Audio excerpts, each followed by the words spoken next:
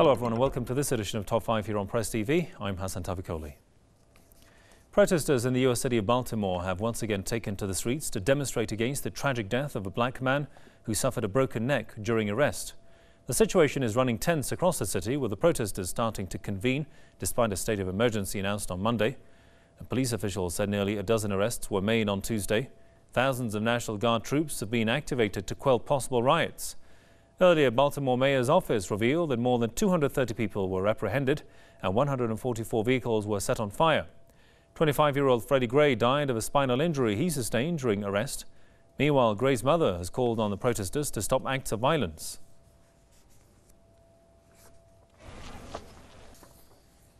To discuss the situation more, let's go to St. Louis and talk to Robert White, activist and journalist. Welcome to the program, sir. Mr. White, there are widespread demonstrations in Baltimore, and how far do you think the people are going to take their demonstrations and protests? Well, first and foremost, good evening. I'm coming to you live from St. Louis. You know what, to be honest, it's yet to be seen. I believe that the protests will honestly grow in momentum. I know that the National Guard and more police officers have been brought into the region to try to bring about a sense of peace, but from what I understand, those officers have actually been agitating the situation, so I only believe it's only going to grow from this point on. And so do you think these demonstrations will be contagious and spread to other cities across the U.S.? Absolutely. I think that what we're seeing is the beginning of a national uprising. We haven't even hit the summer months, so I believe that once we hit the summer months, we'll see the emergence of more both peaceful protests as well as other forms of uprising as well.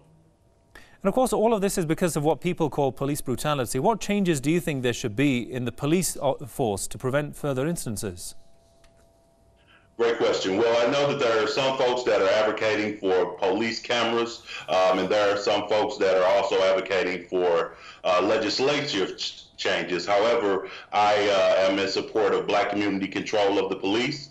The police seem to more often than not bring more problems than solutions to the black community. So in turn, the black community should be able to govern itself. What's the worst that can happen? Nothing worse than what's already going on can happen. And what do you mean by, what do you exactly mean by black community control of the police?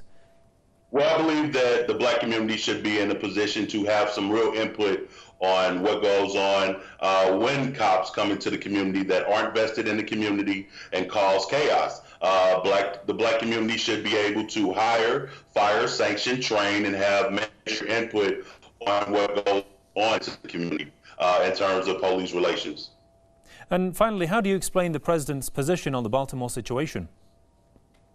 Well, quite honestly, the president is a politician, so his stance is no different than I would have expected him to take, especially as the head politician in the country. I know that he called the uprising counterproductive. However, I would disagree with that.